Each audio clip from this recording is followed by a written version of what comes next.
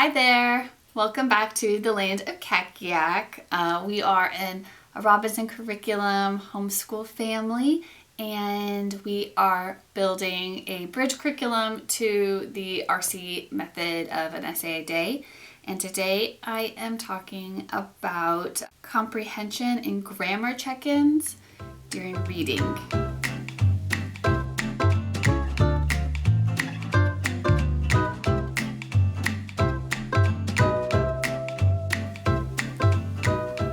Okay, so your child can read. You're working maybe on reading your McGuffey Readers, but you could really apply this method to anything you're reading with your kids. But I'll just show you how I personally am using it in our homeschool. So I have my child read. I have 3 reading resources that we cycle through so that you can get them twice each week since we have a 6-day learning week. And 2 of them are McGuffey Readers. I do the McGuffey Revised, the second reader. Right now he's on first day of the week. Second day of the week is the original. And I started out while he was doing his reading lessons in here, just like here and there pointing things out, like, do you know what this is? This is a period. This is how you know the sentence is over. And then you come across some kind of exclamation, and we'd say, oh, this is actually an exclamation point. When you read it out loud, it would sound like this. Afterwards, we'll try a little comprehension check-in, like, what was the main character's name? What was the dog's name? Did the boy like it when that happened? How did you know? Like, I was just kind of asking some questions. But I always like to have something, physical and concrete, and I like to have things a little bit planned. You never know when grandma's gonna maybe step in for the day of a doctor's appointment and she's gonna do homeschool, or dad, or, maybe even just an older sibling sometimes helping out with a younger sibling. And they don't know what your rhythm is. So I did make some little bookmarks.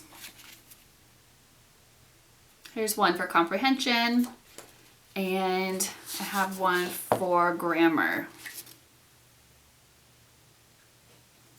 So I made these little bookmarks. They're actually, I put them in my TPT store for free, and I'll link them down below.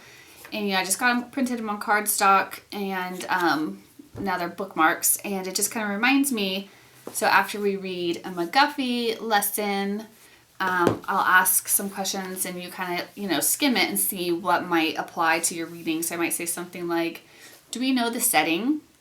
How do we know? Can you find an opinion that was given? Can you find a fact? So you don't have to do like every single question. Not every single question is always going to work for that reading. But it'll give you something to jump off of and something for your helper learning officers to help with. And then it's kind of great for them to have, once you hand them off into independent reading, they can still have these, and it's kind of a nice gentle reminder as they're reading, maybe the end of a chapter, they could ask themselves those questions. And then they can apply that maybe to the end of the book as well. So the grammar check-in, I just say things like, what was capitalized? Why? Like, have them point out, you can just turn to a page and say, point to something capitalized on this page. And they might point to the T in the. Yeah, that is capital. Why is it capitalized? Oh, because it's the first word of a sentence. Yeah. Maybe, there'll be someone's, oh, here it is. Right here. What about right here? Mr. Fly. Why is that capitalized? Oh yeah, it's his name. It's a proper noun. So, and then, that can kind of, if you haven't already gone over proper nouns, like these questions will help facilitate you explaining that to them. And I have just found that just talking through, and since we do our reading lessons, daily, just talking through these concepts like over and over and over has just, without ever having to do any written curriculum or anything like that, has just been so powerful. I mean, I'm really surprised by, my students recall what they know. And I also do have, because, sometimes I might say, can you find me a verb in this paragraph? And sometimes, especially with the younger kids or where the concepts are new, those labels, those terms are they're like, oh, because it's not a word you use in daily language, right? It's a very specific, language arts lexicon kind of term. So I do like to use some aids.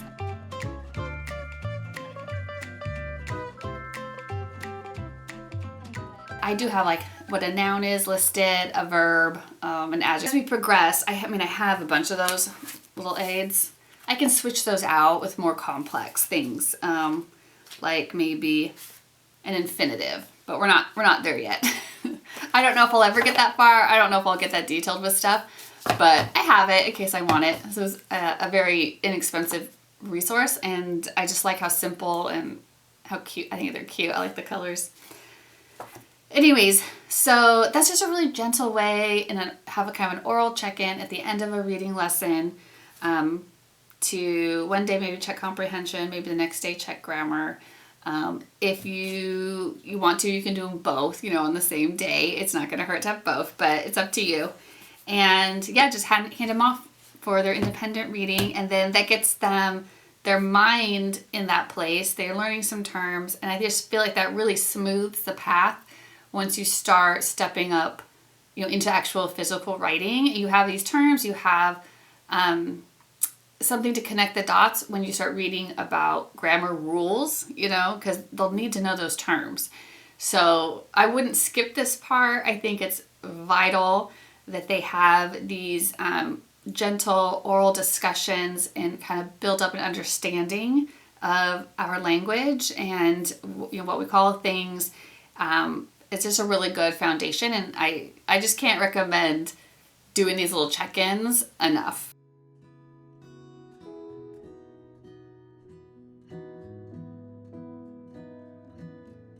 Open up your book. The New Slate. The New Slate. Here is a little boy who has a new slate given him. It was bought him from not bought, but bought for him by his father. That there I have drawn a pig and a hen and a duck. Why, the pig has but 2 legs, and the duck has 4 legs. Well, 4. 4. And then you pause because there's a what after 4? A period. Mm-hmm. Take a breath and then start the next. Well, I can. There now. I will draw. Remember what happens when there's a comma? What's that mean? Oh. Now I. It means there. Now I will draw a. It's like a little recess mode. A little recess. Yes, it's a little pause like this. It says there. Now I will draw a man with a whip in his hand. The man has come to put the pig in the pen. Why, the man is not as tall as the pig. I must rub them all out, for they are not well done. What does it mean to rub them all out? You get your hand and just rub them till they're gone. Erasing. Yeah, erase. Yeah. Done. There I have a boy with a nest full of eggs in his hand. He is a bad boy to take a poor bird's nest. I want to draw. Very good. Okay. So what was happening in this story? Charles, he drew a boy with a poor bird nest full of eggs. And drew a pig that has 2 legs, the duck with 4 legs, and the hen with 4 legs. And what is he drawing on? a slate. A slate. What's a slate? A slate is like pieces of wood shaped into a box, and then they put like a chalkboard in the middle, like glue it into a place. Yeah. And then they put a little holder for the chalk. Yeah. They write on it? Yeah. Good. And who gave Charles that slate? The father. And why did the father give it to him? So he can draw fun pictures. Did he say, is that what it said? No, arithmetic. Oh my gosh, it's so hard. Yeah, his father wanted him to practice his arithmetic, right? His numbers and stuff. But what was he doing on it? He was drawing pictures, not numbers or letters. Yeah. Do you like to draw too? Yeah. Yeah, you do. I like drawing tanks. I know you do. Okay. And Fortnite. Let's use our grammar check-in bookmark. Okay. What was something that was capitalized in the story? Can you find something that was capitalized? Charles. Charles. And why is Charles capitalized? It's a name. It's a name, which is what? A proper noun. Very good. What's a noun? A person, place, or idea. Thing or idea? Are you you're reading my little cheat sheets over there. Good. That's why they're there. Okay, let's try something else on our grammar check-in. Will, can you find a verb? Do you know what a verb is? Do you remember? Looking. Expenses. The verb is expresses an action or state of being. And so we will usually call those what kind of words? Actions. Action words, right? Can you find an action word or a verb? Verb.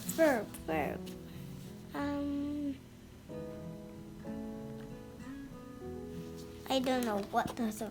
Do you want me to show you one? Oh. Do you have any? Yes. That's the title. How about in this sentence? Look here.